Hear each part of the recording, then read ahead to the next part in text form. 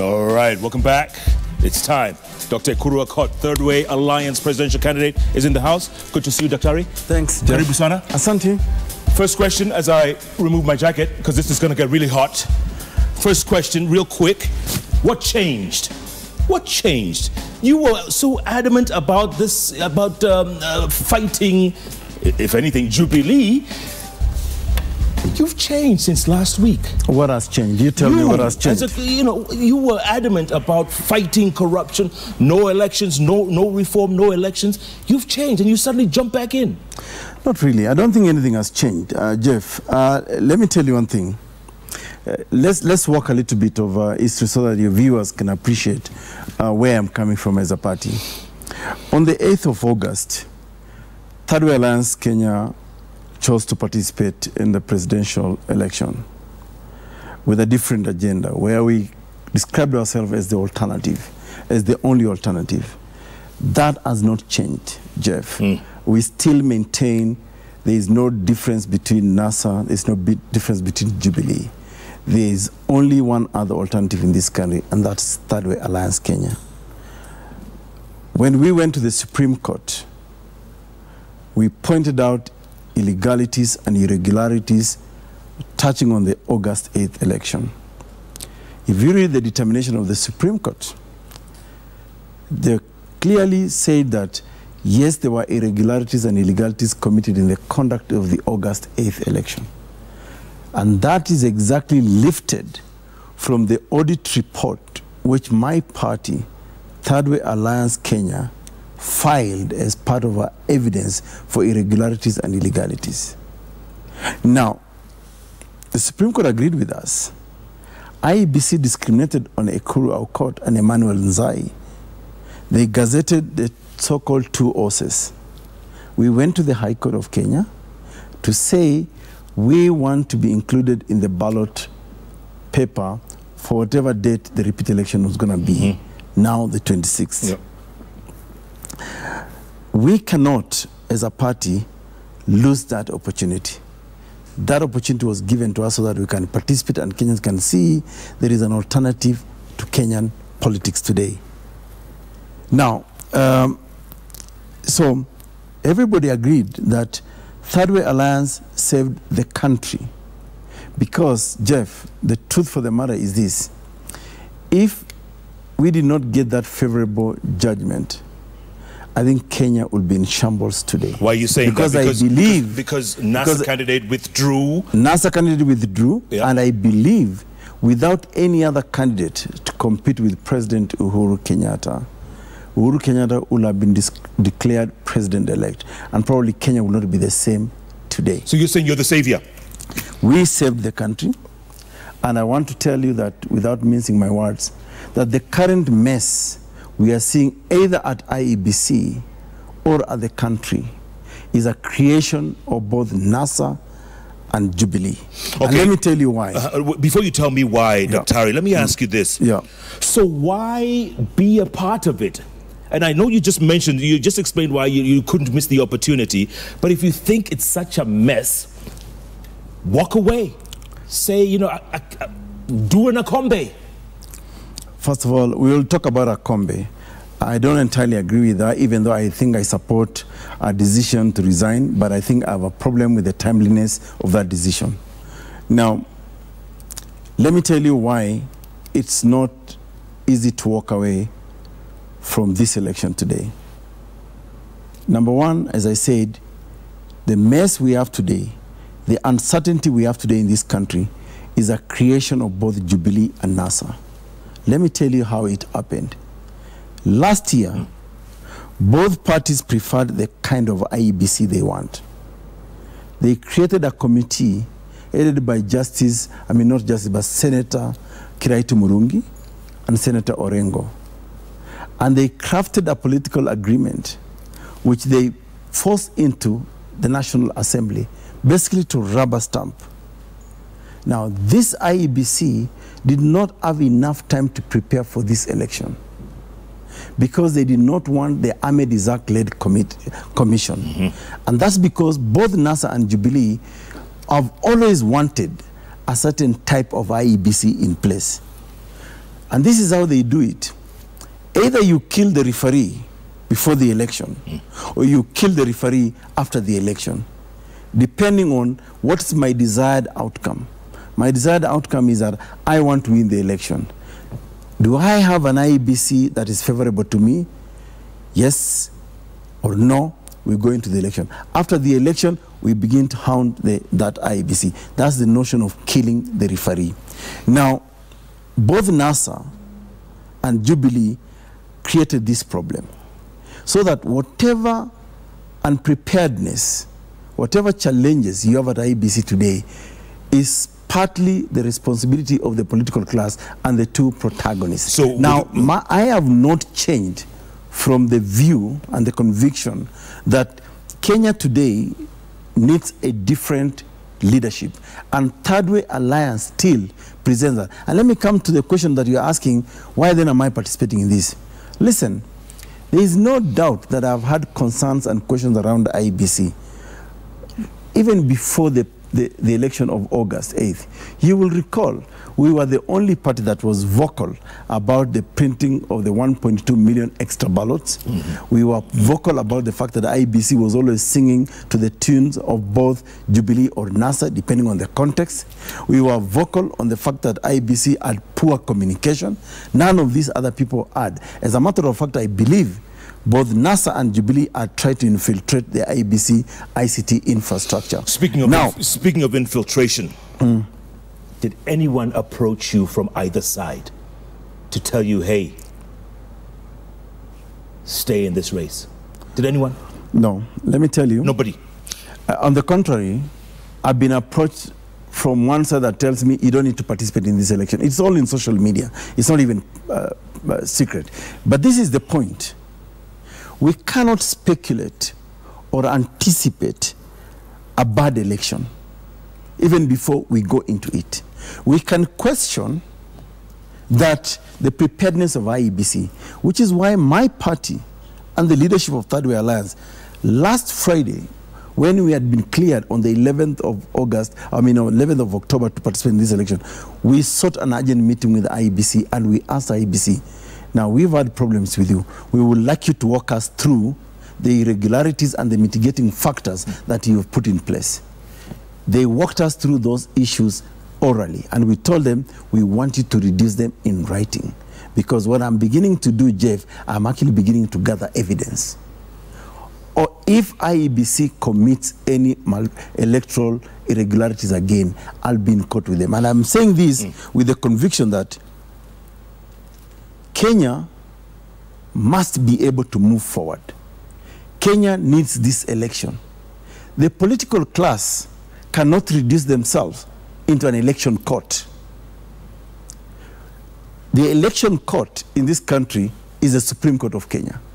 It is not for us players into the game to decide that this is the outcome that we want, because that's unfortunately where we are taking this country. Why are you insisting that NASA leader Raila Odinga has to be in the race? Why are you insisting? And you keep urging him wherever you go. Why? Listen, I want to agree with that point. IEBC has made many blunders, including the fact that when I got orders in personam that about Ekuru Aukot, include Ekuru Aukot either by gazetting, doing a fresh gazette notice or amending the one, IEBC went on a fishing expedition to say, oh, we think there's somebody else out there who may want to run for president. That is wrong on the eyes of IEBC. It's also wrong in the eyes of IEBC to have received a letter from the NASA presidential candidate saying, I am vacating my presidential bid. And I actually thought Raila Amolo Odinga was so magnanimous, he became a statesman when he said, I have taken into account the interests of the people of Kenya, the region, and the international community, and that's the reason why I am vacating my presidential bid. I thought it was foolhardy on the part of IEBC to insist Raila Amolo Odinga should be in the ballot paper. The wise thing to have done was to say, oh, now that Ekuru Aukot is the only other guy who has been asked to be included in the ballot, then we should gazette afresh for Uhuru Kenyatta, versus Ekuru Aukot. And I think the country could have moved forward. This indecisiveness on the part of IEBC is still what worries me. But you want Raila back in. You were saying that too. Who, me? Yes, I've seen you. I've seen your quotes in the papers saying, "Raila, come back in. You need to be in the race." I've never said that. You haven't. What I said is this: if you remember our statement, I think on last Saturday, we justified why Kenya needs this election now, because Jeff, I've just come from a tour of the Coast Province. I've been to Taveta, Mwatate, Voi, Ukunda, and Mombasa. Along the way, I've had a conversation with Kenyans. Kenyans are tired. Kenyans are tired because the economy right now is in shambles.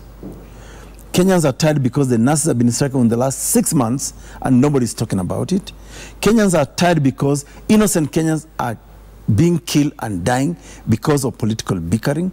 Kenyans are tired because there is uncertainty in this country going forward. No investor today can actually say, I want to come and invest in Kenya.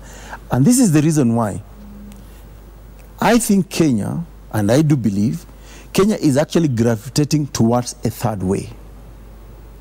A third way because whatever you call the first or the second way have all failed this country. The problems we have today are the problems of political bickering between, I can say, two houses.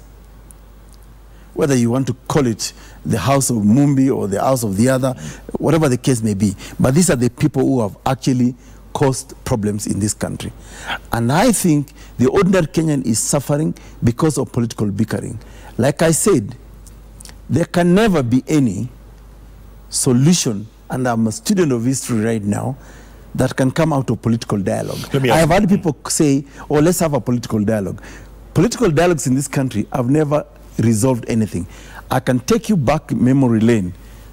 1997, IPPG was a political dialogue. It resulted into 2007-2008 post-election violence. Last year was a political dialogue. It resulted in the kind of IEBC we have to do that is being bashed left, center, and right. And by the way, Chebukati, I thought today he gave a brilliant statement.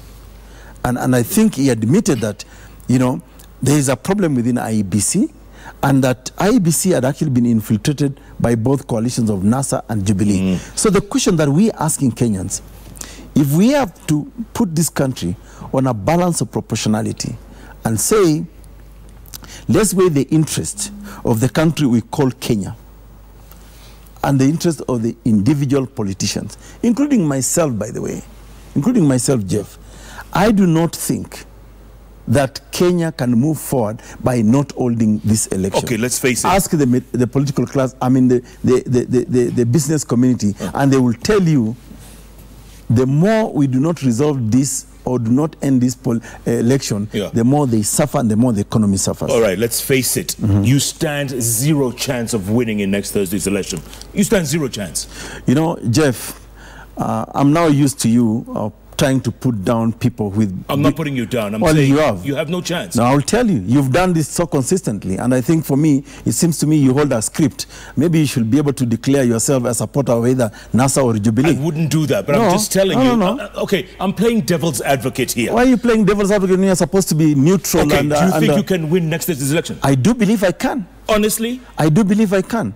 Let me tell you, the people of Kenya today have a chance to retire at least one name that has been a pain in our politics. One of them, I think when they saw a camel on the race, I think bolted out and said that... you say you made Raila Odinga flee? He fled on his own admission. He wrote a letter. I mean, it's not me. And he displayed the letter saying that it's been received by IEBC. So he bolted out. So what I think the people of Kenya today have a chance to say the Odingaism and the Kenyattaism has really troubled this country politically for the longest time. And Ekuru Aukot has fought a gallant war. I went to the Supreme Court. The Supreme Court agreed with our submission that there were irregularities and illegalities. They tried to lock me out of it. I went to the High Court agreed with me. Now, if that's not resilience of a camel, what else is. So I can tell you for a fact that if the people of Kenya took into account their interests and what is in the best interest of this country, what is in the best interest of this country is to change the face of leadership of this country. And there cannot be a change of face in leadership of this country if you either elect Kenyatta or elect Odinga. And which is why, for me, any postponement to this election, because we are playing to the tunes of either Uhuru Kenyatta or Raila Odinga, is hurting this country. Like, look, for example, and this is why I have a problem with the IEBC. Raila Odinga writes a letter and says, I do not want to participate in this again. I'm vacating. Why are you forcing him in? And then if you're not participating in this election, why then are you disrupting other players? You know, it's like, if I can say this in Kiswahili, ni kama mchezaji ambaye ameteguka mguu, amejitoa katika kiwanja, katika mpira, alafu anasema ati sasa wale wengine wasiendelee kucheza mpira sababu mimi nimeumia ama sababu nimejitoa. That's very funny. Okay, let me ask you this. Yeah. Do you think Raila Odinga miscalculated when he quit the race? I think, first of all, he got very wrong advice. And I will tell you this. I think we are at a stage in our country where we must be brutally honest with the political class. There are some individuals in this country who have a false sense of entitlement, that this country cannot be discussed without them, that no process in this country can take place without them. I am totally opposed to that. Because we, the political class, if I can include myself in that, we are just but a very, very tiny minority compared to about 45 million Kenyans. We are not even, okay, we are a part of the 45 million Kenyans, but we are a very, very tiny, minute minority. So why is it that Kenya cannot move forward? Because somebody who is either disgruntled has to be involved. We don't have to. I mean, God forbid, and I don't wish anybody any bad thing. Supposing some individuals do not wake up tomorrow morning, should Kenya not move forward? It'll always move forward. Exactly. So I think for me, I mean, at the risk of sounding rather harsh, I think we have entertained a lot of mediocrity and, you know, idiocy in this country. And for me, I am perturbed, because I'm also a business person. I run a law firm in this country. And today I can tell you, business is so bad. Job opportunities are scarce. There's a lot of uncertainty. I just came back from, Coast. And I'll give an example.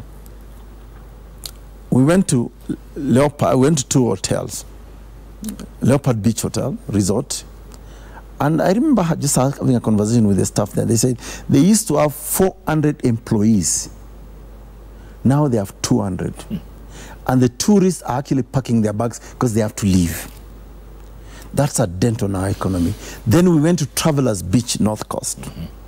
And we met the management staff there. They told us today they are only doing 30% occupancy. That also means they have laid off a large number of staff. This is a dent on the economy. So when people talk about political settlement to free and fair election, in fact, I was almost laughing my head off yesterday when I heard one protagonist say, we can only have dialogue with one other candidate if it's about free and fair election. I thought, first of all, that's a wrong premise.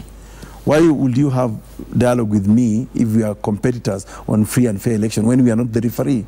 We should be able to have dialogue with the referee. I wish we could call for dialogue to talk about the state of the economy. I wish we could call for dialogue to talk about the nurses' strike. I wish we could call for dialogue to talk about the national debt. Today, Jeff, even a pregnancy, nakwambia, hata mimba Kenya inadaiwa. At the tune of about 90,000 Kenya shillings. NASA has called for demonstrations next Thursday, on election day, demonstrations. What are you telling your followers? What are you telling your voters? Listen, 26th of October presents a golden opportunity for Kenyans who truly love this country, who truly feel the pain of the uncertainty that we have today, to be able to move this country forward. It is NASA's right, constitutional right, to call for demonstration or whatever they want to do. But I hope they can keep them peaceful. I also do not agree with the brutal action of the police of killing demonstrators. That I don't agree. And in fact, the pattern seems to be growing that the killings is only happening in one part of the country. That continues to actually polarize us more as a country. And I think the conversation that we must have today as the political leadership in this country is what is in the best interest of Kenya. The leaders should be able to balance their own personal interest and what the country is going through. Unfortunately, Jeff, that is not happening. You were given 1 week campaign, literally, maybe 10 days. Yeah. You're going to be able to do. Listen, this country. Are you going to be able to? One thing I will tell you for a fact is that I'm happy. A couple of my friends have come through to support my candidature. I'm receiving very generous donation from friends who think that we need to be out there and tell a story. I've been disadvantaged, yes, but let me tell you, I have also decided that if I make more complaints, lament more, I would run the risk of being some of those crybaby politicians that we've had for the longest time in this country, who think that it's either our way or hit the highway. They would rather sacrifice this country for their own self-interest. It's common knowledge, if Kenyans are listening to me, that I was disadvantaged. Myself and Emmanuel Nzai have been disadvantaged. And I hope they can take that into consideration as they turn up in large numbers on the 26th to punish the people who have caused us disadvantage. You said your friends have been very generous to you, right? Oh yeah, I've had friends making donations and ensuring that I'm out there. Any of those friends from Jubilee? Nope. Nope. It's just your friends? It's my friends. I'll keep it my friends. And if you don't deliver on the 26th, are you going to owe these friends, or are they just doing it out of the goodness of their hearts? Let me tell you, I mean, I'm actually moved that people, like I told you, Jeff, there was a gloom that was developing in this country just before the 11th of October, just before the judgment that I got, because the NASA presidential candidate had already withdrawn. And therefore, if I had been denied the opportunity to be in the ballot, it means IEBC could have probably declared President Uhuru Kenyatta president-elect the following day. And I think we could have seen a state of anarchy. So my candidature right now on the ballot has saved this country, because at least we can talk of competition. Yeah. You talked about the IEBC a while ago. Yes. You saw the interview with Dr. Rosalind Akombe. I watched that. Your thoughts?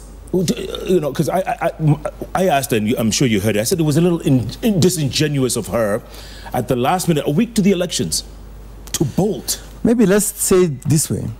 Perhaps in the future we should think about whether we should give a job to people with dual nationalities, people who have somewhere else to run to.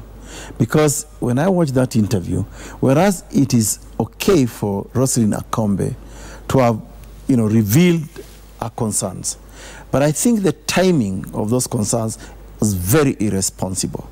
It seems to me Rosalind Akombe stringed the country along until a time when it was convenient to her to jump into our next country, and I think she has left a state of uncertainty in this country. And plus, I thought her statement was also indicting on a leadership of one coalition, because she cited certain counties which are the strongholds of one coalition, and these are the counties where IEBC staff are being intimidated. So in fact, for me, I feel our statement was the timeliness of our statement was a bit irresponsible. For me, it was convenient to herself as opposed to the country Kenya. And right now, she has exacerbated the concerns that people had about IEBC. You know, last week, Jeff, on Friday, when we went to see IEBC, we actually asked him this question. I asked Chebukati and the commissioners who are there, are you divided? And what is the assurance that you're giving Kenyans that you're together?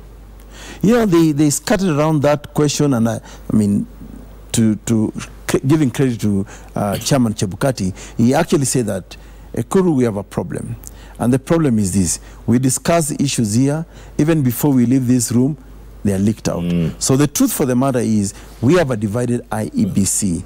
And I am hoping that Chairman Chebukati will stop speaking to me, Ekuru Aukot, or to the political class in boardrooms. Because, again, I repeat, we are just but a tiny minority in this country. I hope Chebukati will hold a press conference that should be aired live, in which he will explain the irregularities that were identified earlier and the mitigating measures that he has put in place. I hope he can do this. You think he's going to last till Thursday? Pardon me? Will he last till Thursday? Well, you know, I think he should. He should last until Thursday, because if he's a true patriot, and I read his statement, and he talked tough, and I said, my goodness, I wish he was talking like this for the last couple of months. I mean, even the fact that he gave all of us a yellow card and, you know, he threatened. I thought that was brilliant. On his part, he was telling people, I'm watching you. I mean, if you're gonna ruin this country, you cannot do it under my watch. I thought that was lovely. And I'm thinking Chebukati should, even beginning tomorrow, speak to Kenyans about the mitigation factors that he said to us as Third Way Alliance that he has put in place, which in a way gave them like the benefit of doubt that it's possible they could pull through this election. But like I said, if only the political class stopped interfering with the IEBC and supported it, I do believe in strengthening our institution, Jeff. If strengthening those institutions may mean kicking out some bad elements in it, like we have maintained that we kick out some of the bad elements at the IEBC, or even prosecuting them, or whoever has evidence about some of these individuals should come out with a clear charge sheet of what offenses these individuals have committed. That way we will be strengthening our institution, because it does not make sense, Jeff, that every time we go into an election or after an election we are disbanding an institution, especially a constitutional. I was about to say that. How do you strengthen the institutions? Because, you know, the Ahmed Itzak commission, that was kicked out. This Chebukati one was brought in. I mean, come on, man. Precisely my point, Jeff, that who exactly was responsible for the kicking out of the Ahmed Itzak-led commission and bringing the Chebukati-led commission? It is the political class, and not any other political class. It is the NASA and Jubilee political class. It's Uhuru Kenyatta and Raila Odinga who sat down, appointed their lieutenants, and decided this is what we want in an electoral management body. Now, what I'm telling Kenyans, and this is my appeal to Kenyans, you have an opportunity to retire both these individuals. You have an opportunity to say, we can begin afresh. I think if there is one change that this country desperately needs, Jeff, is a change of face in leadership. And that change of face is here, sitting on the bench on the JKL Live. On that note, we're going to take a break, come back, and I'm going to ask you, there's rumors or talk that is rife that members of Third Way are fleeing. They're fleeing Third Way Alliance. Is that true? Hold that thought. Yeah. And also, people now describe you as a tumbocrat. I will answer it. If you want me to answer it, no. Think about it. I don't need to think about that, Jeff. I can answer it right away. Are you a tumbocrat? Never. Can never be a price to this son of a nomad. Son of a nomad. The man from Kapedo. Ekuru Aukot is in the house, Third Way Alliance. Send your questions, comments right here at Ekuru Aukot, at Koinange Jeff, hashtag JK Live. Make sure you put the hashtag so we can see your comments and questions, and we'll read them when we come back. JK Live takes a break. We'll be back in a moment.